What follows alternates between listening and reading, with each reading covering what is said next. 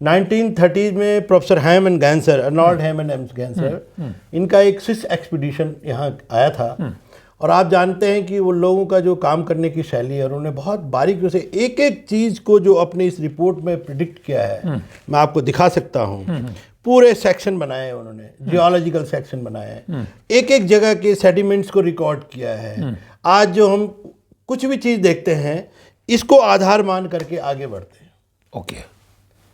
और इन्होंने 1936 में जो इनकी किताब निकली है सेंट्रल हिमालय, इस किताब में उन्होंने क्लियर कट मेंशन किया हुआ है कि हेलंग से पहले 900 मीटर पहले एक स्थान है जहाँ की भूगर्भीय संरचनाएं, जहाँ की चट्टानें भिन्न हैं एकदम नीचे वाले हिमालय से और ऊपर वाले हिमालय के बीच में, एब्रप्ट चेंज।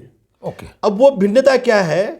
वो भिन्नता हमारी भाषा में हम उसको कहते हैं कि डिसकंटिन्यूटी।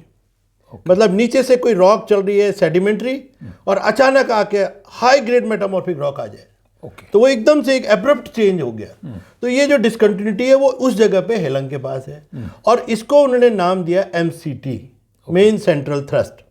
अब आप देखिए कि MCT का मतलब, अगर जब लोगों ने बाद में इस पर डिटेल रिसर्च करी कि MCT क्या है, कि टेक्टोनिक अलाइनमेंट है जिसका कि थ्रस्ट सीट है जो कि डीप सीटेड है, धरती के अंदर तक, कोर तक, जहां बिल्कुल गर्म है वहां तक ये डीप सीटेड कंडीशन तक गया हुआ है। तो इसका मतलब ये हुआ कि ये एक लेयर है जो दूसरे लेयर को सेपरेट करती है।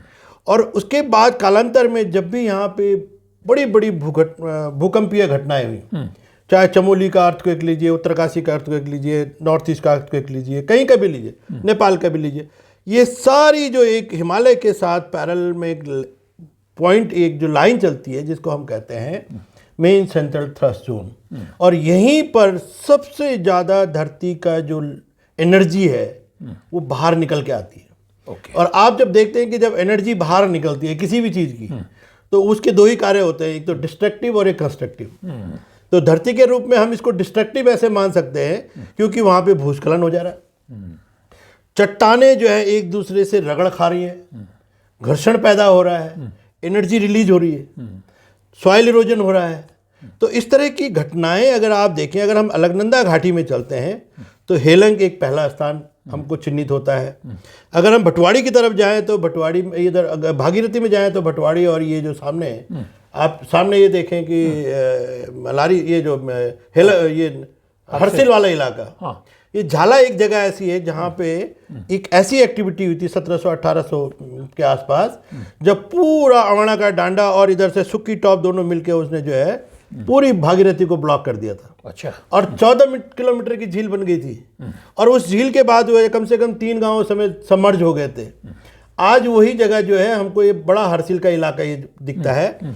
तो ऐसी चिन्हित जगह है। अगर हम इसी चीज़ को पिंडारी में जाएं तो पिंडर ग्लेशियर में आप देखिए कि अभी हम लेटेस्ट सर्वे किया था, मैं पूरा इलाका कपकोट वाला इलाके में गया हूँ, और इसका ही भी लेटेस्ट हमारा करंट साइज में पेपर छपा है। कुंवारी एक गांव है जिसमें 72 मौसे हैं, और वो बिल्कुल ऐसे ही जोशीमठ की तरह भूस्खलन के कगार पे बैठे हुए हैं। आज नीचे आ जाए, कल नीचे आ जाए, नो वन नोज। अच्छा, बिल्कुल। लेकिन ये स्थिति कब पैदा हुई?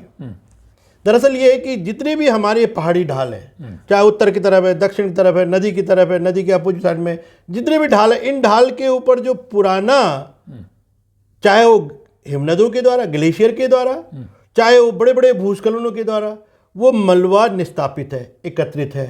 ओके। वो मलबा उस टाइम में था, आज से 12,000 साल पहले, 20,000 साल पहले। वो मलबा तब का है, आज का नहीं है। तब बारिशें कम होती थी, तब बर्फ पड़ती थी, तो सेडिमेंट जो है एक जगह पे कंसोलिडेट रहता था।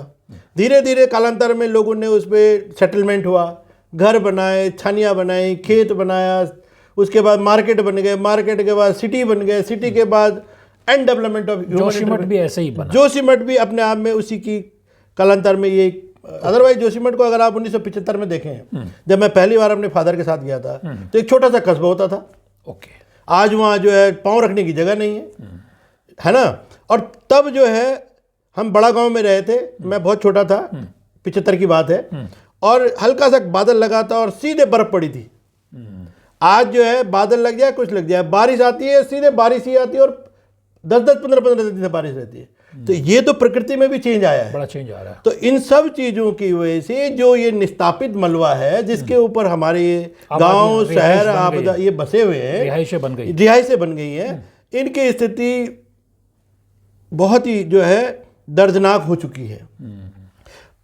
इस मलबे को हमारा जो पानी है, जो जल है, अब वो जल चाहे आसमान से है, नदी का, चाहे वो हमारे क्रियाओं के द्वारा डाला गया है ना, ये पानी उसको अस्थिर बनाए रहता है।